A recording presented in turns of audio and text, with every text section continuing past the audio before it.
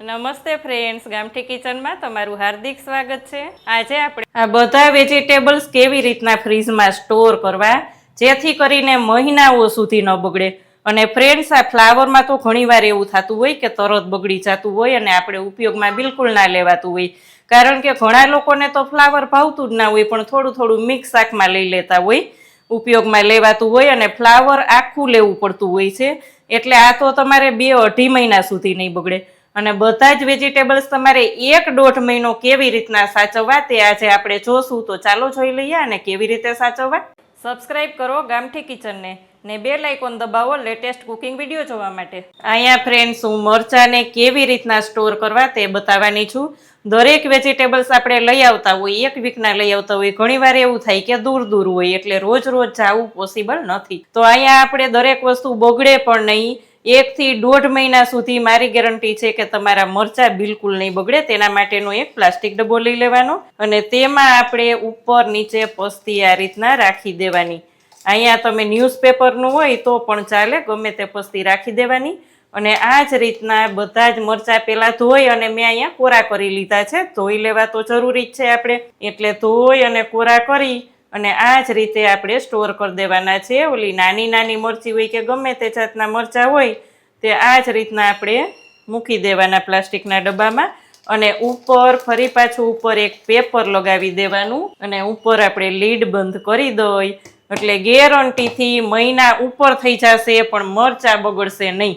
એ જ રીતના હું બધા જ વેજીટેબલ્સ આજ તમારી સાથે શેર કરવાની છું કેવી રીતના સ્ટોર કરવા। હવે આપણે ટામેટા જોઈશું। અહીંયા આપણે ટામેટાની સિઝન હોય અને વધારે પડતા લઈ લીધા હોય, ઘણી વખત એવું થાય કે સારા મળતા હોય ને વધારે લઈ લીધા હોય, આપણા ઘરમાં રોજ રોજ સૂપ ખવાતું હોય તો આપણે વધારે લીધા હોય અને ક્યારેક એવું થાય કે ટામેટાનો ઉપયોગ થતો ન હોય અને એમને પડ્યા રહેતા હોય, તો અહીંયા આપણે ટામેટાને લઈ ધોઈ અને કોરા કરી લેવાના છે।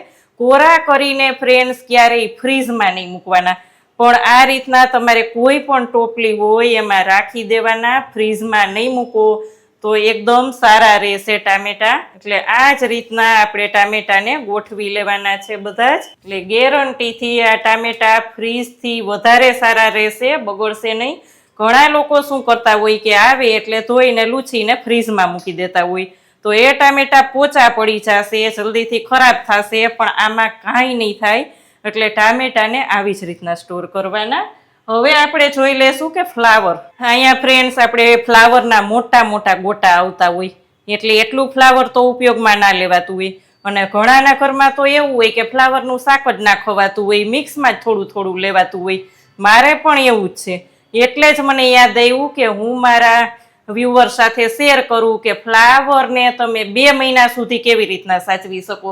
તો અહીંયા આપણે ન્યૂઝપેપર લ્યો અથવા તો કોઈ બુકનું આ રીતના પેપર લઈ અને પહેલાં તો આપણે આને પેક કરી દેવાનું, આ જ રીતના પેક કરી દેવાનું અને પેક કર્યા પછી શું કરવાનું કે રેગ્યુલર આપણે આ પ્લાસ્ટિકની બેગ હોય તેમાં લઈ લેવાનું। એટલે 4-5 દિવસે શું થશે કે આ ન્યૂઝપેપર અથવા તો આ કોઈ પણ પેપર હોય ને તે પલળી જશે, એટલે 4-5 દિવસે જ્યારે પેપર પલળે ત્યારે ચેન્જ કરી દેવાનું, પણ 2 મહિના સુધી તમારું ફ્લાવર તેવું ને તેવું રહેશે તેની ગેરંટી છે।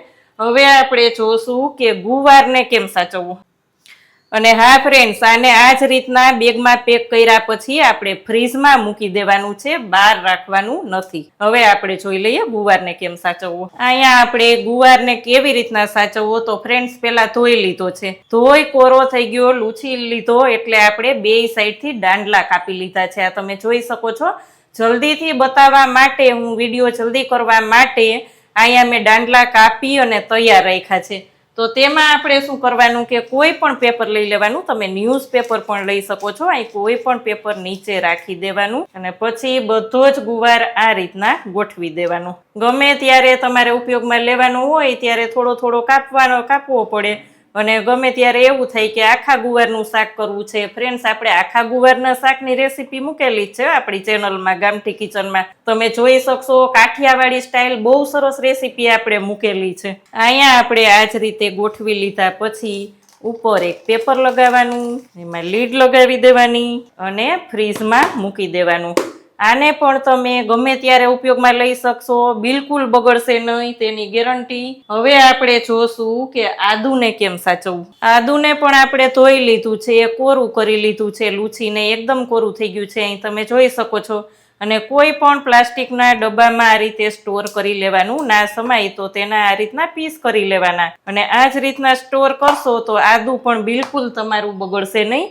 હવે આપણે મેથીની ભાજી, પાલકની ભાજી બધું લાવતા હોય તો તેને કેવી રીતના સ્ટોર કરવું તે જોઈ લઈએ. હવે આપણે જોશું ફ્રેન્ડ્સ કે મેથી કેવી રીતના સ્ટોર કરવી. તો અહીંયા મેથીને હું ક્યારેય પહેલા નથી ધોતી. જો તમે ધોતા હોય તો ધોઈ અને સૂકવીને કોરી કરી દેવાની, પણ હું ક્યારેય પહેલા નથી ધોતી. દાંડલાનો ભાગ દૂર કરી અને પછી આ જ રીતના બીટી લઉં છું. અને પ્લાસ્ટિકના ડબ્બામાં નીચે ન્યૂઝપેપર અથવા તો કોઈ પણ પેપર રાખી અને આ રીતના બધી જ પેક કરી દેવાની. તે પણ 1 મહિના સુધી બિલકુલ નહીં બગડે. અહીંયા આપણે આ જ રીતના પાછું પેપર લગાવી દેવાનું અને ઉપર લીડ લગાવી દેવાની, એટલે આ પણ તમે 1 મહિનો સુધી સ્ટોર કરી શકશો, બિલકુલ નહીં બગડે. હવે આપણે લીલા ધાણા જોશું કે તેને કેવી રીતે સ્ટોર કરવા. અહીંયા ફ્રેન્ડ્સ લીલા ધાણાને સ્ટોર કરવા માટે હું હંમેશા ધાણા આવે એટલે પહેલાં ધોઈ લઉં છું. ધોઈ અને સુકાવા દઉં અને આ રીતના બીટી લઉં છું, પણ ક્યારેય કાપતી નથી. જ્યારે ઉપયોગમાં લેવાની હોય ત્યારે જેટલી જોતી હોય એટલી આ રીતના લઈ અને કાપીને ઉપયોગમાં લેવાની. પણ આ જ રીતના તમે જો સ્ટોર કરશો તો 1 મહિના સુધી બિલકુલ નહીં બગડે. આ રીતના આપણે પ્લાસ્ટિકનો ડબ્બો લઈ અને નીચે પેપર લગાવી દેવાનું અને ઉપર આ રીતે આપણે હળવા હાથે લીલા ધાણા મૂકી દેવાના. પ્રેસ કરીને નથી મૂકવાના, જેથી કરીને બિલકુલ બગડશે નહીં. આ જ રીતના તમે ચોક્કસ કરજો અને તમારા રિવ્યૂ મારી સાથે શેર કરતા રહેજો ફ્રેન્ડ્સ. અને આ જ રીતના મૂક્યા પછી આપણે ઉપર એક પેપર લગાવી દેવાનું હળવા હાથે, લીડ બંધ કરી દેવાની અને 1 મહિના સુધી તમે જોશો તો એમનેમ રહેશે. અને ફ્રીજમાં ડબ્બાને મૂકી દેવાના. કેવી લાગી આજની રેસીપી? જો સારી લાગે તો લાઈક ચોક્કસ કરજો. હજી સુધી ચેનલમાં નવા હોય તો સબસ્ક્રાઈબ કરીને બેલ આઇકોન પ્રેસ કરજો. આવજો ફ્રેન્ડ્સ.